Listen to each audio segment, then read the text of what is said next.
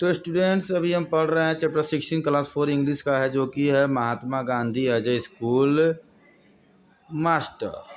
गांधी जी जब स्कूल में मास्टर थे तो क्या कंडीशंस थे या फिर किस तरह से उन्होंने हैंडल किया कि ना।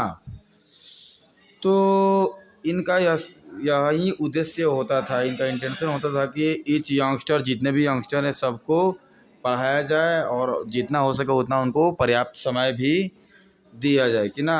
इसलिए mister mister Kallenbach went to a Trappist monastery and return having learn shoe making.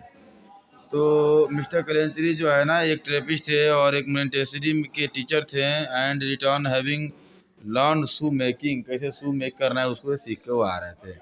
I learn it from him and taught the art, मैंने भी ये सीखा और मिस्टर क्लेंचमेट के पास कुछ एक्सपीरियंस है जिन्होंने मुझे सिखाया। There was another inmate new so we had a small class in a carpentry. मतलब कुछ समय बिताने के बाद महात्मा गांधी बताते हैं, यहाँ पर यह बताया जा रहा है ना शू मेकिंग के बारे में कि ये हर छोटा से छोटा बड़ा से बड़ा काम हर चीज़ पर ध्यान देते थे। कुकिंग भी जो है यंगस्टर के लिए बहुत ज़रूरी है।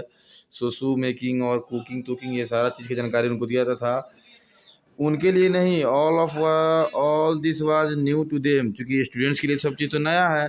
They had never dream that they would have to learn this thing some day, क्योंकि यंगस्टर ने तो सोचा भी नहीं होगा कि एक दिन उन्हें ये सब चीज़ें सीखनी होगी स्कूल में। Generally only training that Indian children receive in south Africa was in ₹3। इस तरह का साउथ अफ्रीका में इस तरह का ट्रेनिंग जो है मात्र ₹3 में दिया जाता था। On Tolstoy farm, we made it a rule that youngsters should not be asked to do what the teachers did not do, and therefore when they were asked to do any work, there was always a teacher cooperating and actually working with them. Hence, whatever youngster learned, they learned cheerfully. तो यह एक बात ध्यान रखिएगा, जब गांधी जी जब south Africa में थे, कहाँ थे, जब अपने गांधी जी जो हैं साउथ अफ्रीका में थे, तब वहाँ हेड मास्टर के रूप में इन्होंने क्या क्या चीज़ें सीखा और लोगों को सिखाया मास्टर के रूप में। तो साउथ अफ्रीका में यही सब चीज़ था, बच्चों को खाना बनाना, शूज मेकिंग, पढ़ाई के अलावा ये सब जो आर्ट जो सिखाते थे।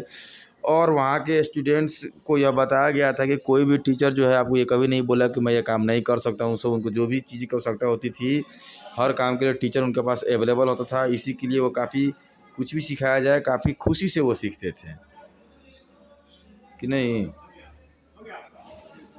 महात्मा गांधी ने इसे लिखा है।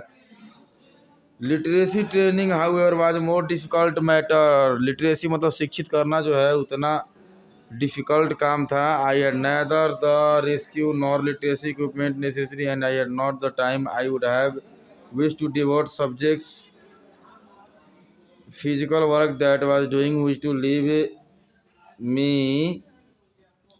through only executed at the end of the day, and I used to have classes when I was most in need of some rest. तो बच्चों को पढ़ाना उतना आसान भी नहीं था, बट उसके अलावा यह समय निकाल के बच्चों को जो है फिजिकल ट्रेनिंग भी देते थे कि नहीं, जब भी इनको समय मिलता था। Instead of my being fresh, खुद क्लास में खुद भी फ्रेश होते थे, मतलब योगा करते थे। I could with greatest difficulty keep my self awake कि नहीं। हालांकि ऐसा करने में उतना आसानी नहीं, थोड़ा परेशानियों का सामना करना पड़ता था। The morning had to be develop to work on the farm and domestic duty, सुबह में उठ के फार्म में काम करना, कुछ घर का काम करना। So the school hour had to kept after the mid day meal, so school में जो है मिड डे मील के बाद जो है फिजिकल वर्क हो पाता था। ठीक है। There was no other time suitable for the school, और मिड डे के बाद ही स्कूल भी अच्छे से चलता था, क्योंकि उसके पहले कोई टाइम था नहीं, क्योंकि घर के भी काम को ये पूरा देख रेख करते थे। सो स्कूल मिड डे में ही चलाते थे।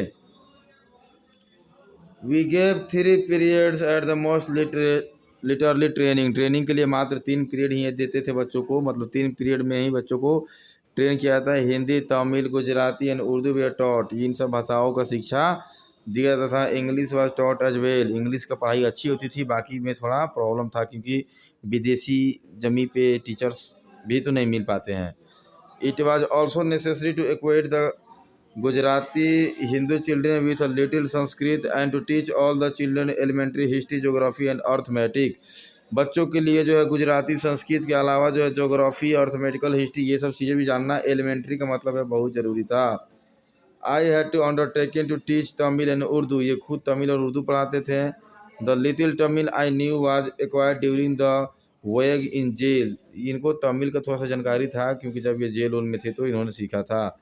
आई had not to get beyond people's excellence Tamil handbook, हालांकि इतना ज़्यादा मैं तमिल में तेज भी नहीं था। My knowledge is out of Urdu script was all that I had acquired on single voyage and my knowledge of the language was confined the familiar Persian and Arabic words that I learned from my friends। थोड़ा बहुत Arabic, Persian, Sanskrit, Urdu, इन सब भाषाओं की इनको जानकारी था। कुछ जहाँ तहाँ घूमते थे तो वहाँ से भाषाएं उनको सीखने को मिलती थी। और पर्शियन और अरबियन भाषा इन्होंने अपने एक दोस्त से सीखा था। But my love for the language of my country, लेकिन चाहे जितना भी लैंग्वेज सीख ले, लेकिन इनका कंट्री का जो भाषा था इससे हमेशा इनका कॉन्फिडेंस बढ़ता था। And stood me in good stand, जब भी अपना भाषा बोलना होता था काफ़ी हौसला में रहते थे। तो स्टोरी को 2 लाइन में समझिए। पहले साउथ अफ्रीका का एक्सपीरियंस बताया गया, वहाँ कैसे इन्होंने टाइम को स्पेंड किया, पढ़ाया। उसके बाद इंडिया में आने के बाद इंडिया में भी इन्होंने काफ़ी अच्छा से पढ़ाया और किन किन लैंग्वेज को पढ़ाया, यही सब चीज़ था स्टूडेंट्स। तो आपको गांधी जी का जो है यहीं पे यह कहानी जो है ख़त्म होता है, जो कि था Gandhi ji as a school master. Gandhi ji school master थे तो किस तरह से ये काम करते थे कि नहीं। तो अच्छे से पढ़िएगा, एग्ज़ाम आपके तुरंत आने वाले हैं। तब तक के लिए धन्यवाद।